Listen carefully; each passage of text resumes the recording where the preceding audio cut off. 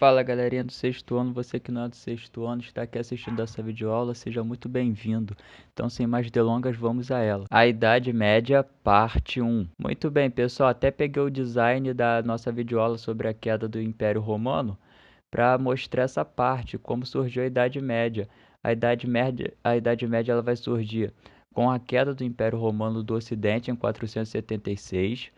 E daí ela vai ser dividida em dois períodos, a Alta Idade Média, que vai do século V até o século X, e a Baixa Idade Média, que ela vai do século XI até o século XV. Então, nesse período, a gente vai estar falando da Alta Idade Média, que vai do século V até o século X, que é o período onde ficam os impérios, né, o Império do Reino Franco, né, o Império carolíngio e merovingio, e também o feudalismo. Para começar, vamos falar dos francos, que era um povo de origem germânica, ou seja, eram aqueles povos que invadiram Roma após ela cair no lado ocidental. E esse reino franco ele ficou dividido em dois impérios. Em primeiro momento ocorreu a formação do Império Merovingio e depois do Império Carolíngio. E o Reino Franco ele ficou muito tempo estabelecido na Europa, né? Ele ficou mais ou menos até o século IX ali estabelecido na Europa, porque ele fez aliança com a Igreja Católica. E a Igreja Católica foi a única instituição do Império Romano que sobreviveu à queda desse império. E ela era a instituição mais forte do continente europeu, porque era uma instituição com suas hierarquias bem estruturadas e era também uma instituição bem respeitada nos dogmas ao qual ela pregava, né, o cristianismo.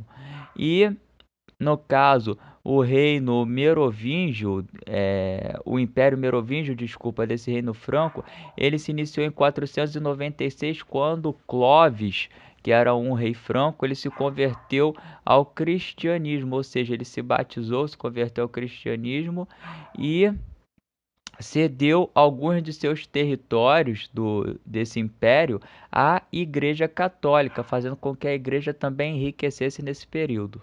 Aí está uma imagem de Clovis, esse rei franco do Império Merovingio, e que ele está aí no caso segurando uma Bíblia para mostrar, né, que ele era um rei cristão, um rei que tinha se convertido ao cristianismo e tinha se batizado neste período. Agora nós podemos falar do Império Carolíngio. E o Império Carolíngio ele ficou marcado por ser governado pelo rei Carlos Magno. E Carlos Magno ele expandiu esse Império Carolíngio praticamente por todo o continente europeu. E essa expansão ela beneficiou, no caso, a Igreja Católica, porque toda vez que um território era conquistado pelo Império Carolíngio de Carlos Magno, ele era obrigado a se converter à fé cristã. E o nome dado a essa conquista de terras, né, e a imposição da fé cristã sobre os outros povos era chamado de missões de evangelização. Ou seja, essas missões de evangelização, elas eram guerras que eram ganhas pelo Império Carolíngio de Carlos Magno, do rei Carlos Magno, e a religião cristã, né, da Igreja Católica, ela era imposta aos outros povos. E nós vimos que isso daí é algo chamado de etnocentrismo, ou seja, quando um povo se acha superior ao outro, acha que sua cultura é superior à outra, e ele decide impor a sua cultura, obrigar o outro povo a aceitar a sua cultura, menosprezando a cultura do adversário derrotado.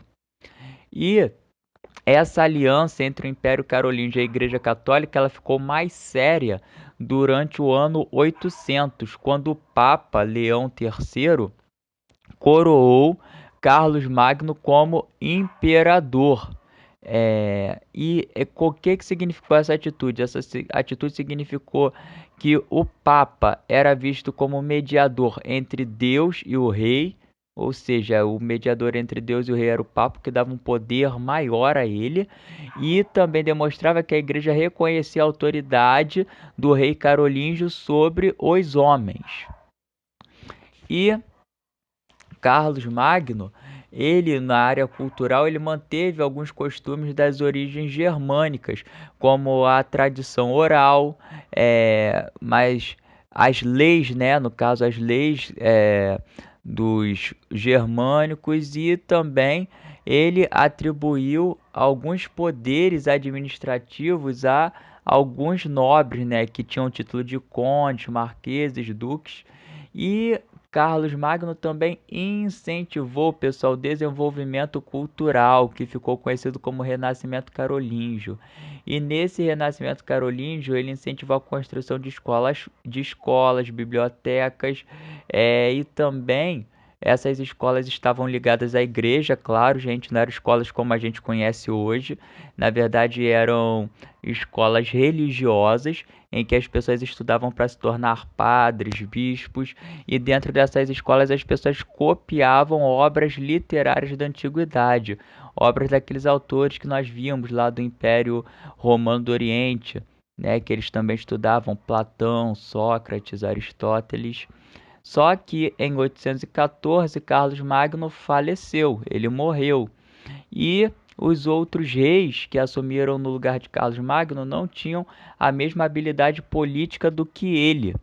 E o que que aconteceu? O reino franco, o Império Carolíngio, acabou.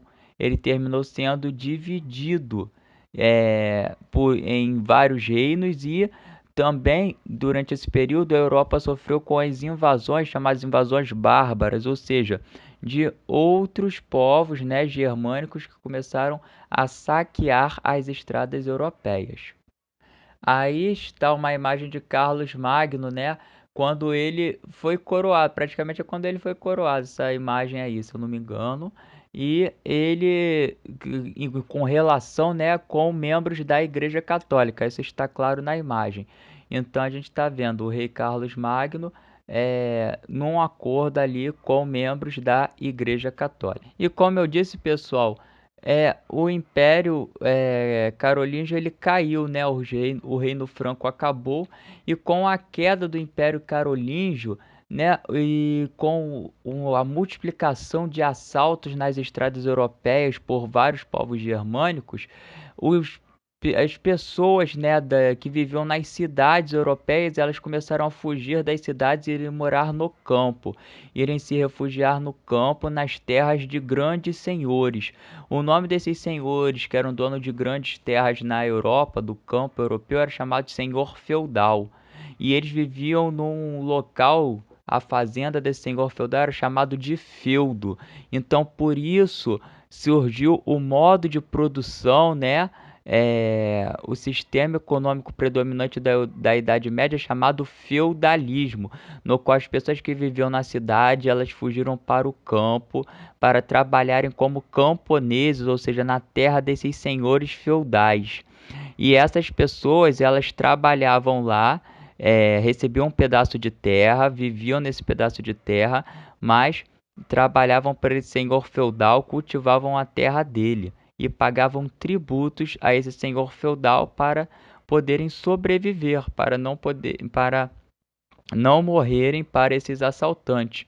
E além dos camponeses senhor feudal, dentro desse feudo viviam também membros da igreja, pessoal, da igreja católica, e esses membros da igreja faziam parte de um grupo social chamado de clero, que era o principal grupo que dominava a Idade Média. Por quê? Porque a Igreja Católica era a instituição mais poderosa, pessoal. Então, tudo que a Igreja Católica falasse era tido como verdade. Então, por exemplo, se um padre na missa pregasse que uma esponja é mais pesada que uma barra de ferro, as pessoas iriam falar que era verdade.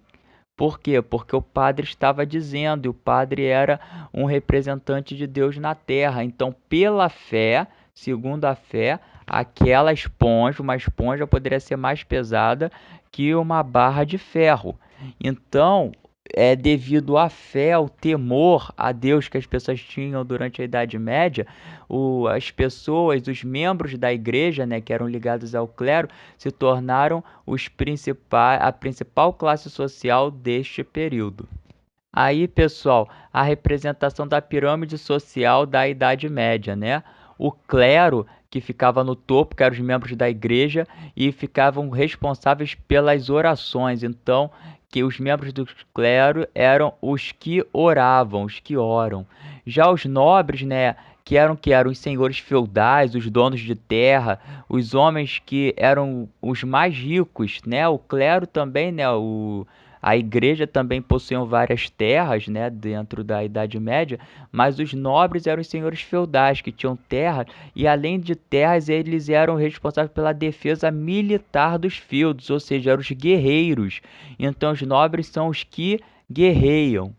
E os camponeses, né, que eram os servos dos senhores feudais, dos nobres, do clero, aqueles, né, que trabalhavam no campo, cultivando as terras dos senhores feudais, eram os que trabalhavam. Então, eles faziam parte da base da pirâmide social. Era a maioria das pessoas dentro da Idade Média, do feudalismo, mas eram os que tinham menos poder.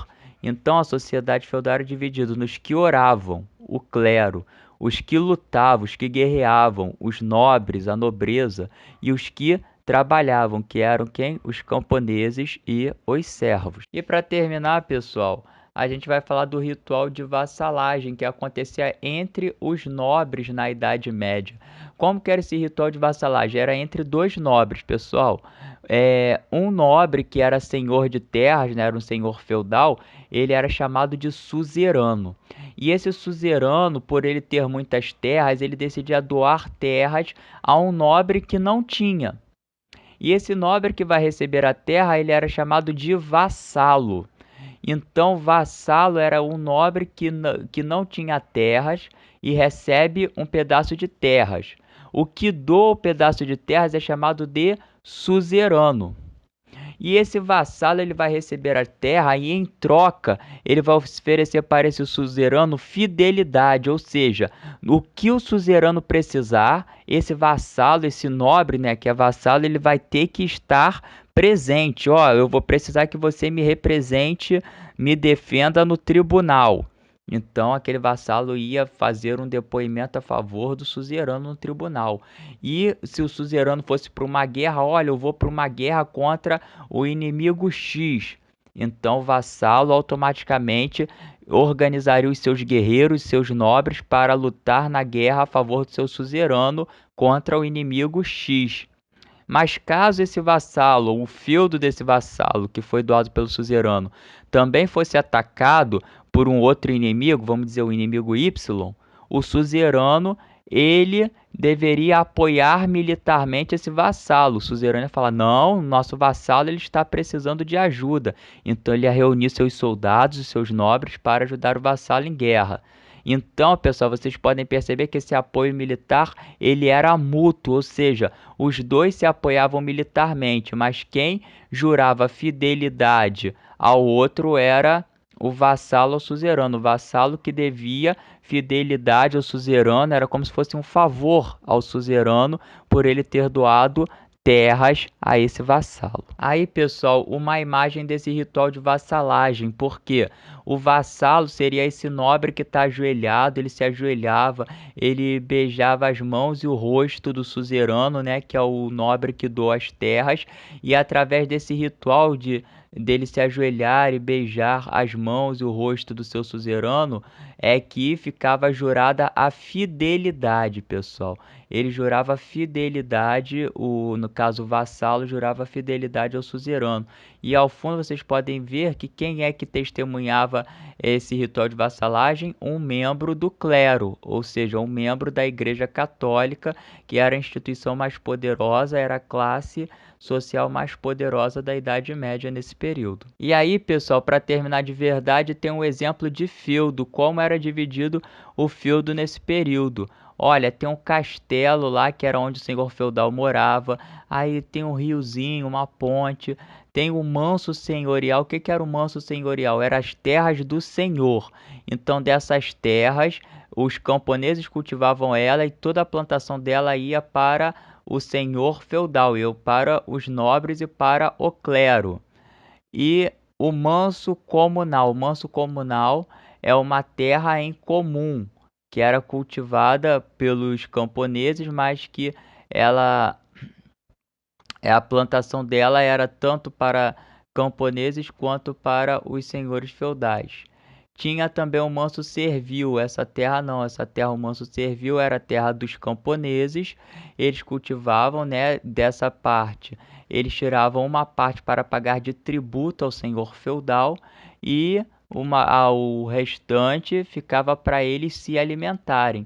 A floresta que era usada para os camponeses fugirem, né, quando estavam sendo perseguidos pelo senhor feudal, tinham cometido algum crime e para fugir do senhor feudal eles iam para a floresta e também na floresta os nobres, o senhor feudal caçavam animais. E aí, pessoal, tem o seguinte, que eu não falei com vocês e é importante falar. Cada feudo tinha suas regras, ou seja, vamos dizer, tem um feudo A e tem um feudo B. No feudo A, se a pessoa matar uma galinha, ela é condenada à morte.